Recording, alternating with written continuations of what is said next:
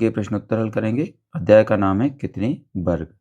प्रश्नों को पढ़कर दिए गए विकल्पों में से सही उत्तर चुनकर लिखिए। इसमें पहला प्रश्न है, दी गई आकृतियों में से किस आकृति का क्षेत्रफल कम है? सही ऑप्शन है ऑप्शन डी। ये उत्तर में ऑप्शन डी को लिखेंगे और आकृति बनाएंगे।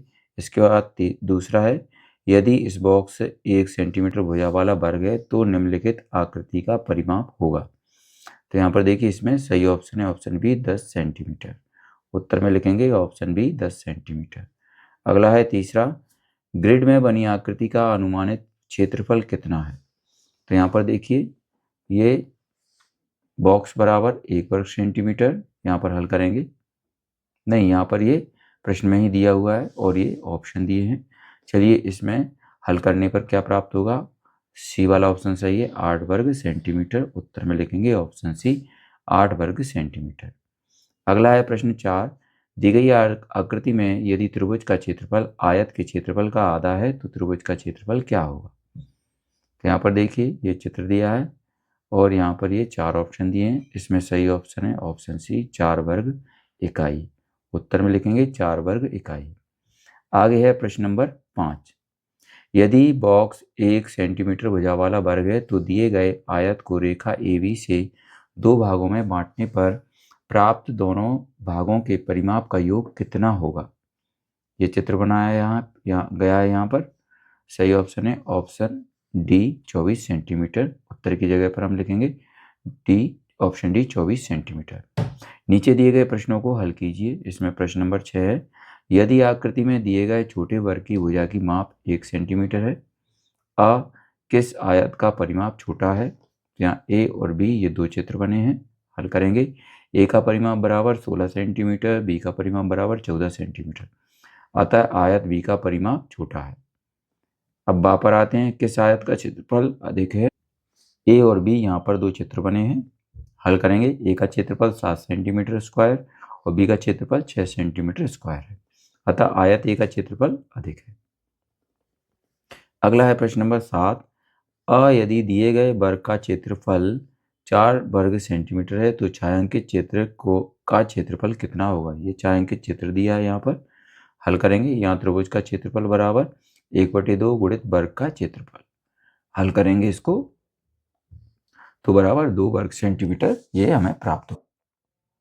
अगला है 12 नंबर का प्रश्न, यदि एक छोटे वर्ग का क्षेत्रफल 1 वर्ग इकाई है तो नीचे दी गई वर्गाकार आकृति का क्षेत्रफल वर्ग इकाई में लिखिए। यहाँ पर यह आकृति बनाई हुई है।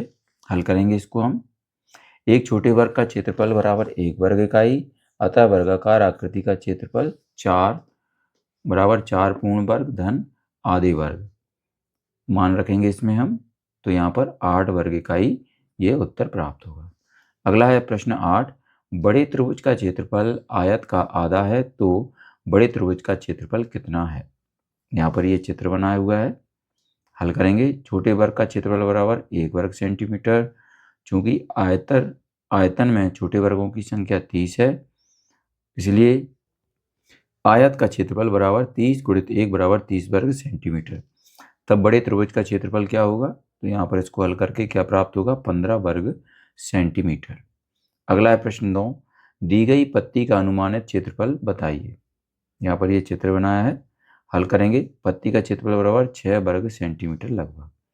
अगला है प्रश्न 10, यहाँ पर देखिए ये चित्र बनाया है। यहाँ पर ये अब नीचे क्या है, उपरोक्त आकृतियां ए एवं बी में आ किस आकृति का क्षेत्रफल अधिक है और बा दोनों आकृतियों के परिमाप का अंतर बताइए। तो हल करेंगे, आ वाले को हल करेंगे, आकृति ए का क्षेत्रफल बराबर 24 वर्ग सेंटीमीटर, आकृति बी का क्षेत्रफल बराबर 25 वर्ग सेंटीमीटर, अतः आकृति बी का क्षेत्रफल अधिक है।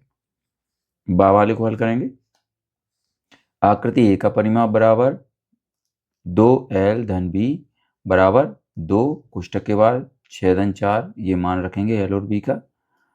तो यहाँ पर क्या 20 सेंटीमीटर प्राप्त होगा। आकृति बी का परिमाप बराबर 4 गुणित भुजा, तो यहाँ पर इसमें मान रखने के बाद 20 सेंटीमीटर प्राप्त होगा। अतः आकृति ए और बी के परिमाप में कोई अंतर नहीं है। चलिए अगला है प्रश्न नंबर 11, निम्न आकृति में दो भुजाएं AB एवं BC बनाई गई हैं। इसकी दो भुजाएं CD एवं DA इस प्रकार बनाएं जिससे कि बनी नई आकृति का क्षेत्रफल 8 वर्ग इकाई हो। हल करेंगे तो यहाँ पर देखिए ये आकृति बनी है। इस तरीके से आप भी अपनी फेयर कॉपी में इसको बना सकते हैं। एडग्रेड अभ्यास पुस्तिका की बुक में इसको बना सकते हैं। चलिए आगे प्रश्न नंबर 12। दिए गए ग्रेड में दो ऐसी आकृतियां बनाइए जिसके क्षेत्रफल क्रमशः 11 वर्ग इकाई एवं 9 वर्ग इकाई है। हल करेंगे। यहाँ पर देखिए ये आकृति बनी है। इस तरीके से आप भी इस आकृति को बना सकते हैं। चलिए आगे अगला प्रश्न है प्रश्न नंबर 13। निम्न पैटर्न को पूरा कीजिए एवं बने हुए चित्र में रंग भरकर नया पैटर्न बनाइए। तो यहाँ पर देखिए ये प्रश्न में दिया है। हल करके इस तरीके से हम इस पैटर्न को बनाएंगे। आगे है प्रश्न 14। यहाँ पर कुछ चित्र दिए हुए हैं। प्रश्न है आ किस डाक टिकट का परिमाप सबसे अधिक है और बा डाक टिकट सी 1 सेंटीमीटर भुजा वाले कितने वर्गों को ढकता है। सा कौन से दो डाक। ये सारे प्रश्न हैं।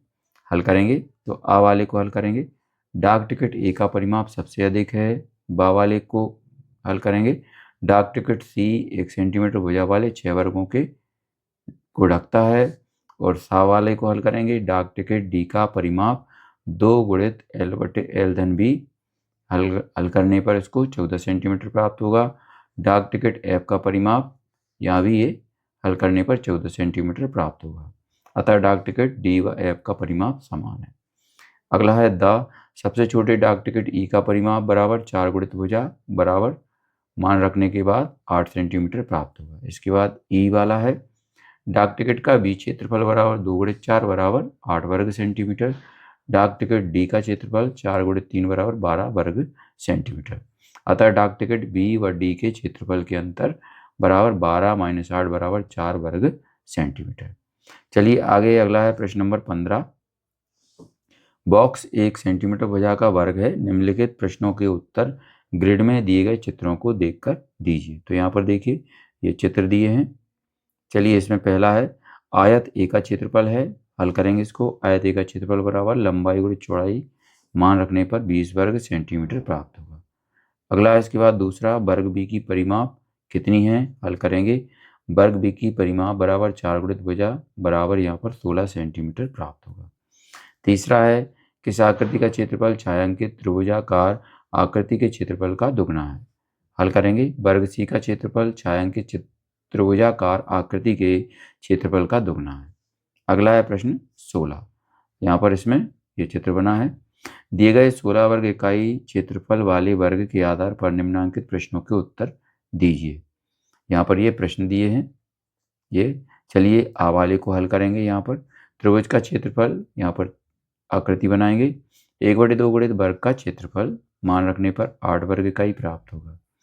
अगला है बा प्रत्येक छोटे वर्ग का क्षेत्रफल यहाँ पर चित्र बनाएंगे। मान रखेंगे इसमें तो 4 वर्ग इकाई प्राप्त होगा। इसके बाद 7 नंबर का है आयत का क्षेत्रफल। यहाँ पर मान रखने के बाद 8 वर्ग इकाई प्राप्त होगा और इस तरीके से हम यहाँ पर इसकी आकृति बनाएंगे। अगला है प्रश्न 17। बॉक्स 1 इकाई भुजा का वर्ग है। आयत ए एवं त्रिभुज बी के क्षेत्रफल का अंतर कितना है। तो यहाँ पर इस तरीके से हम आकृतियाँ बनाएंगे। हल करेंगे। आयत ए का क्षेत्रफल बराबर छोटे वर्गों की संख्या गुणित एक छोटे वर्ग का क्षेत्रफल मान रखने के बाद 16 वर्ग इकाई प्राप्त होगा। त्रिभुज बी का क्षेत्रफल निकालेंगे तो यहाँ पर ये मान रखने के बाद 8 वर्ग इकाई प्राप्त होगा। अगला है प्रश्न 18। किसका क्षेत्रफल कम है। 2 5 रुपये के नोट एक साथ रखकर बनी आकृति या 100 रुपये के एक नोट से बनी आकृति। हल करेंगे। 100 रुपये के एक नोट का क्षेत्रफल कम है। अगला है प्रश्न 19। बॉक्स 1 इकाई भुजा का वर्ग है। ग्रिड ए एवं ग्रिड बी के भीतर बने त्रिभुजों में किसका क्षेत्रफल अधिक या कम है। तो यहाँ पर देखिए ये आकृतियाँ बनी हुई हैं। हल करेंगे। दिया है एक वर्ग का क्षेत्रफल बराबर 1 इकाई वर्ग। चूँकि इसलिए त्रिभुज ए का क्षेत्रफल बराबर पूरे वर्ग की संख्या धन आधे से अधिक क्षेत्रफल वाले वर्गों की संख्या। तो यहाँ पर देखिए मान रखेंगे तो 10 वर्ग इकाई प्राप्त होगा। त्रिभुज बी का क्षेत्रफल निकालेंगे तो यहाँ पर भी 10 वर्ग इकाई प्राप्त होगा। अतः ग्रेड ए एवं ग्रेड बी के भीतर बने त्रिभुजों का क्षेत्रफल एक समान होगा। आगे है प्रश्न 20। नीचे ग्रिड में दिए गए पैटर्न को पूरा कीजिए एवं बने हुए चित्र में रंग भरकर नया पैटर्न बनाइए। तो यहाँ पर देखिए ये चित्र दिया हुआ है, इस तरीके से हम इसको हल करके नया पैटर्न बनाएंगे।